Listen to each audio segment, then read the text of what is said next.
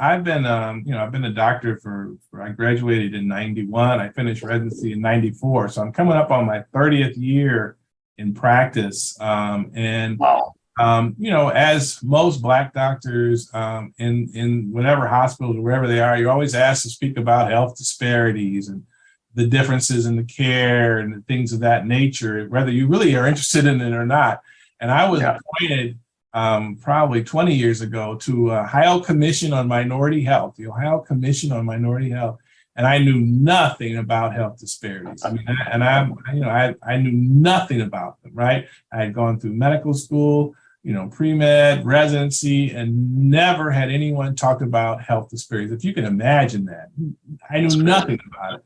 So when I was appointed, and so now I've been appointed to a 12-man commission about health disparities, and I'm one of the 12 that knows nothing about it, right? And so I started reading before the first meeting, and as it were, I have great attendance for stuff, right? So within a year, I was the vice chairman of the Ohio Commission on Minority Health.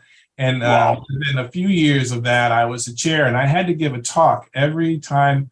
I would give an educational session at the beginning of each of these commission meetings we'd have in Columbus, the state of the capital of Ohio. We'd have every other month.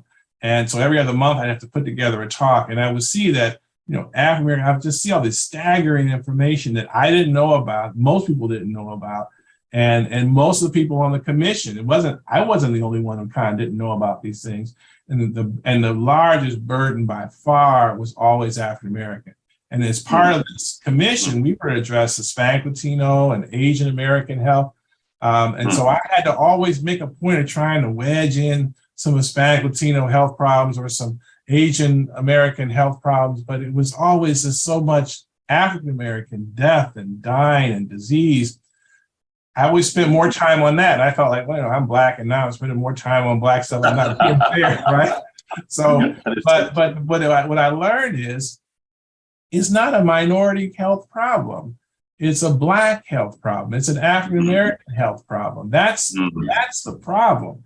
Here in America, the Asian Pacific Islanders have an average life expectancy of 86, right? Wow.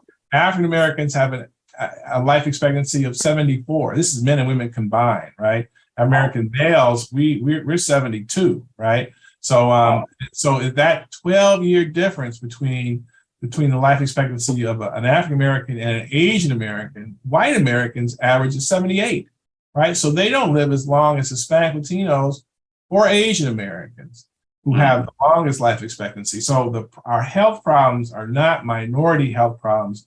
Our health problems are African American health problems, and also Native American health problems. But in Ohio, there are not a lot of Native Americans, so wasn't a population that I was actually seeing. So once I realized that the problem wasn't minority health, wasn't urban health, wasn't diversity health, it was African American health, and I wanted to say it. So, we've got to put a name to it.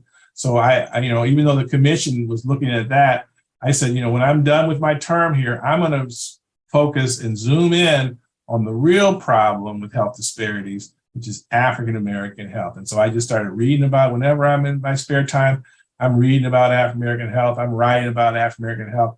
I'm speaking about African American health. I'm putting African American name in the title, right? When I wrote the book, Patient-Centered Clinical Care for African Americans, the book got rejected 8 times, and they kept saying, write about Hispanic Latinos, write about Asian Americans. I don't know anything about them. I don't have any patients. I might have 5 Asian American patients, in my practice.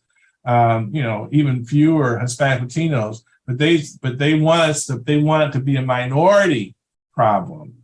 And so if you address it as a minority problem, the issues that Hispanic and Latino Americans face, usually language barrier issues. It's not, and it may be some poverty issues. African Americans we have more trust issues. We have, issues related to diet and culture, to where we live, to lead exposure, to, health illiteracy, to just illiteracy in some cases, poor schools, right? Yeah. And so our problems are different than Asian American problems, related to something totally different. So it's been, I'll tell you, it's been very rewarding because, I become this national expert, which is crazy to me, on African American health. I mean, it's just crazy that I had to be the person to write the first book on it, and to be the first person that says their practice, that they specialize in it, be the first person to set up a nonprofit that has it in the name. And right now at University Hospital, we're establishing a center for African American health. And it's just fantastic. And that's going to be the first in the country. And people say, well, why didn't, this historically Black college do it, or this historically, why?